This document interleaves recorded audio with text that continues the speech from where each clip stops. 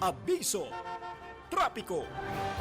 Magsasagawa ng malawakang tigil pasada ang No to Oil Price Hike Coalition.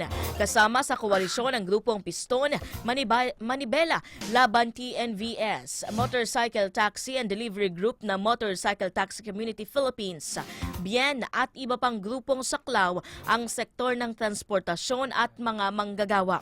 Naghayag ng 6-point demand ang koalisyon patungkol sa panawagang dapat na ibasura ang buwis sa gasolina at oil deregulation law, pagkontrol sa presyo ng langis, taas pasahod at pamasahe, pagpapababa ng halaga ng krudo at itigil ang panggigera ng US na sanhi ng pandaigdigang krisis.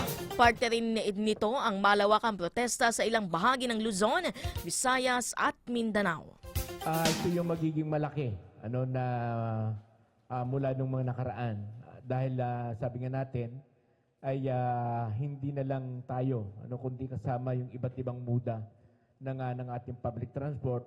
At siyempre tayo ay nananawagan pa rin sa ibang muda ng ating public transport, lalo na sa ating mga kapatid na mga truckers, na alam natin na sa ngayon ay talagang dumadaing na rin sila doon sa mataas na crudo, presyo ng crudo. At nagkakaroon na rin sila ng malaking problema sa mga pagdi-deliver ng kanilang mga produkto mula sa mga rehiyon papunta dito sa National Capital Region. Kaya tayo ay nananawagan sa lahat ng mga triker and mga trucks, mga bus at mga tricycle. Yan ay tinig ni Modi Floranda, ang presidente ng Piston at co-convener ng No to Oil Price Hike Coalition.